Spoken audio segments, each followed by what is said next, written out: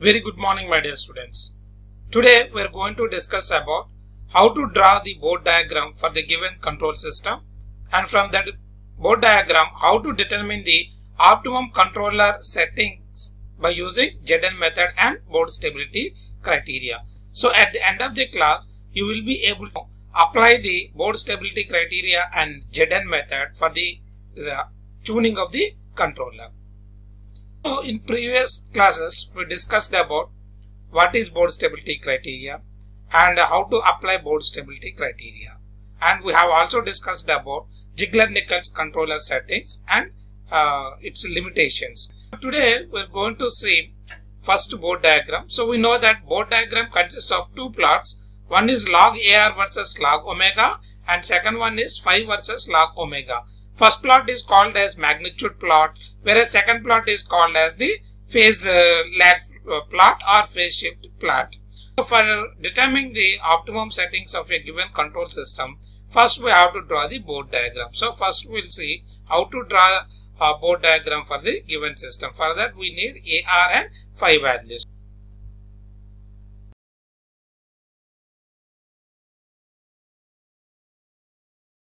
Today we will see how to determine the controller setting Kc and tau I and tau d for the given system.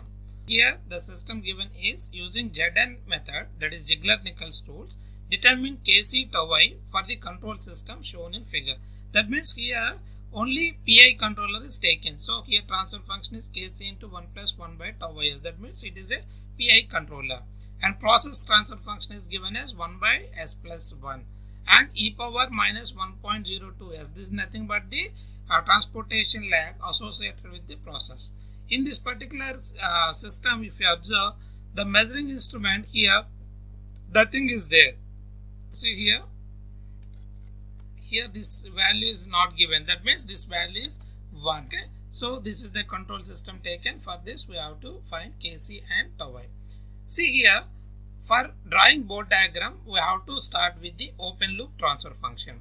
We know that open loop transfer function can be obtained by the product of the individual transfer functions present in the loop. So we have to multiply the first term Kc into 1 plus 1 by tau s, and second term 1 by s plus 1, and third term e power minus 1.02. These three we have to multiply, so that we will get the overall open loop transfer function. So we got overall open loop transfer function as Kc into 1 plus 1 by tau s. This is for Pi controller, and for process 1 by s plus 1, and its transportation delay is e power minus 1.02 s. This is what we got. But for drawing board diagram, we have to take the open loop transfer function without considering Kc and tau I, because we need these two values. We have to calculate. So we have to, without considering these two, we have to write the equation. So transfer function will become now g of s equal to 1 by s plus 1 into e power minus 1.02 s. If you have PID controller also, or Kc for proportional controller also, if you want to find the values, then we have to write the open loop without considering that part, controller part. Then we'll get the transfer function like this. Now for this particular system we have to draw the board diagram. See here, this system you can split into two parts. The first term 1 by s plus 1, you can take it as system 1. This part you can consider this is your system 1. This is 1, and you can consider e power minus 1.02s as system 2. In this way, given transfer function you have to split into two parts. So once you know the two parts, then we'll calculate the AR and phi values separately for these two systems. Then we'll combine, so that we'll get the overall AR and overall phi. So if you observe first system, we got transfer function as 1 by s plus 1. So this is nothing but first order system. We know that for first order system, general transfer function is 1 by tau s plus 1. So both are same. Okay, same format we are having. So AR can be calculated for first order system as 1 by root over 1 plus tau square omega square, and phi can be calculated as tan inverse of minus tau omega. So if you compare these two terms, only difference is in place of tau, here we got 1. That means tau value is 1. Therefore, AR value will become 1 by root over 1 plus, here in place of tau we have to substitute 1. So, we will have 1 square omega square. Similarly, phi equal to tan inverse of minus 1 omega we get. In this way, AR and phi values we have to calculate. Similarly, for second system, see here second system we got it as e power minus 1.02s. So, if you observe this transfer function, it looks like transportation delay. So we know that for transportation delay, transfer function is given as e power minus tau ds. So if you compare these two, we can know that tau d value equivalent to tau d value is equivalent to 1.02. So from that equation, transportation delay, we know that AR equal to 1 and phase shift phi equal to minus tau d into omega. So if you substitute these two in this formulas, we'll get AR equal to 1. So there is no tau d term, so it won't change. And phi value will become, in place of tau d we are substituting 1.02, so that it will become minus 1.02 omega. In this way, for both the systems 1 and 2, we have to calculate AR values and phi values. Then we have to calculate the overall AR. Overall AR for n first order systems connected in series is the product of the individual ARs. Therefore, AR overall will become AR1 into AR2 up to AR1, but we have only two systems, so we'll stop here. AR1 and AR2 will take. Similarly, overall phase angle is the summation of the individual phase angles. So phi will become phi1 plus phi2. Already we have calculated AR1 and AR2 and phi1 and phi2, so simply we'll substitute here. Overall AR will become AR1, that is 1 by root over 1 plus 1 square omega square, that is 1 omega square, into second system AR we got it as 1. Okay, similarly phi equal to phi1 plus phi2. Phi1 value is tan inverse of minus 1 omega plus phi2 value as minus 1.02 omega. So in this way, phi1 value, phi2 value we have to calculate. Then we got overall AR and overall phi. The next step is we have to assume different values of omega. Then corresponding AR value we have to calculate. Similarly, for the same omega value, we have to calculate corresponding phi values.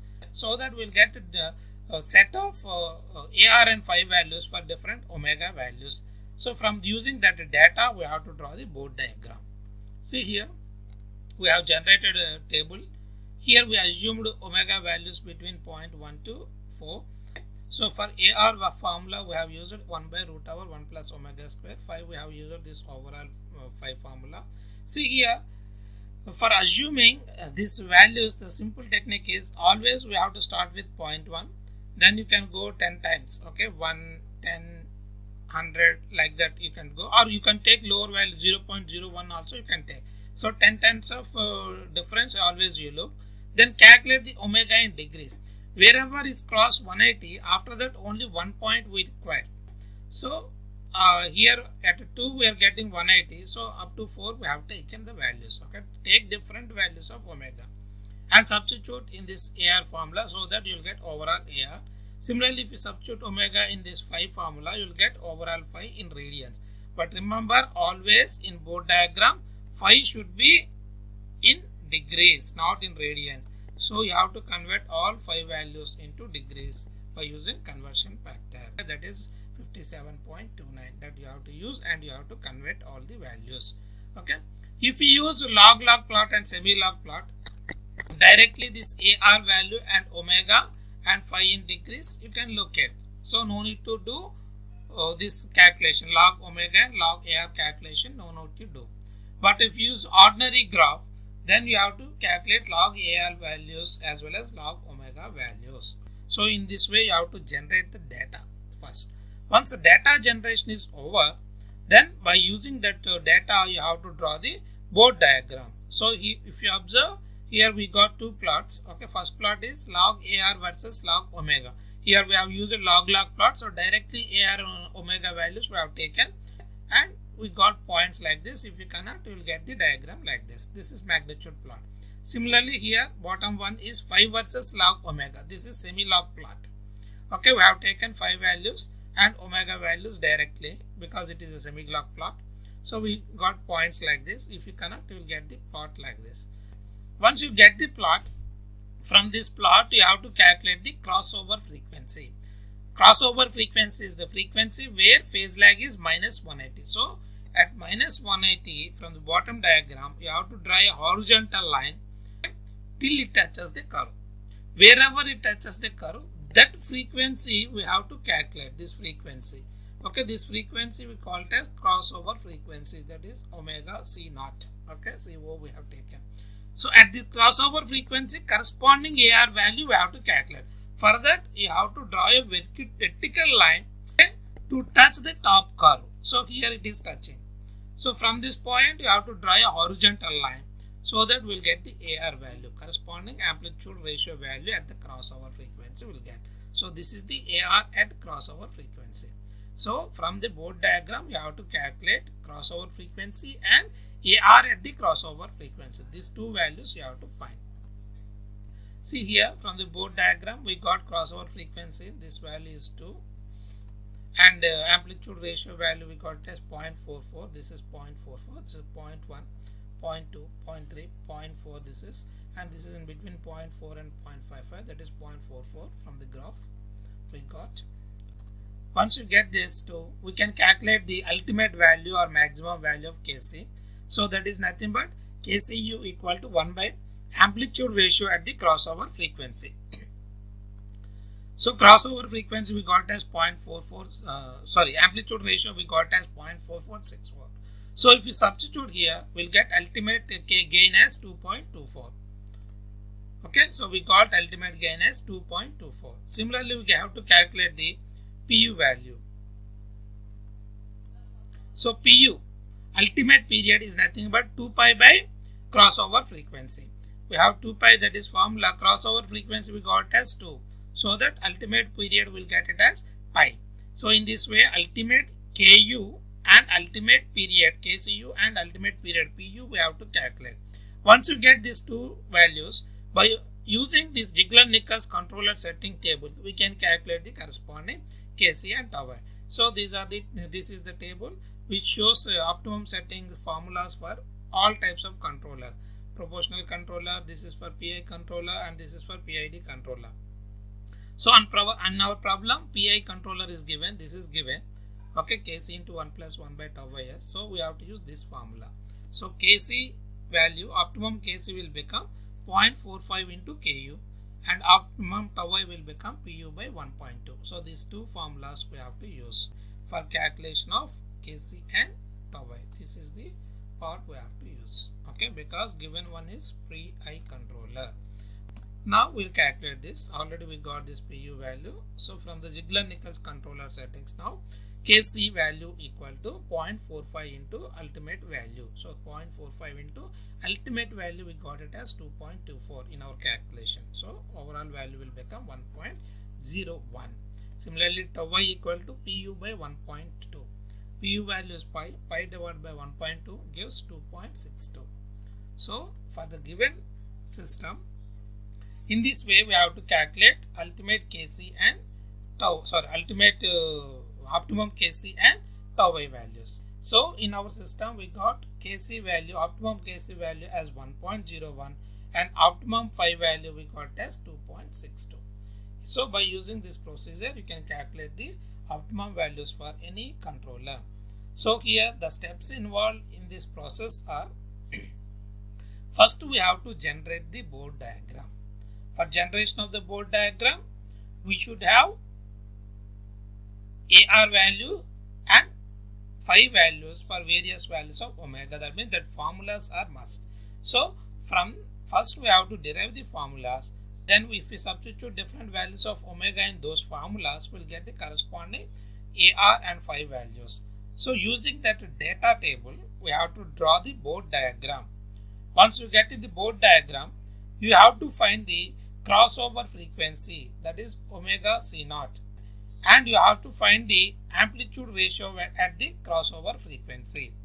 If you get the amplitude ratio at the crossover frequency, then ultimate value of Kcu you have to calculate, that is nothing but 1 by AR at crossover frequency. If you use this formula, you will get this ultimate Kcu formula. Similarly, ultimate period you have to calculate, that is 2 pi by omega C naught crossover frequency. So once you get this ultimate period and ultimate KCU values from the Ziegler-Nichols tables, you can find the optimum value of Kc and tau I for any given system. Thank you very much.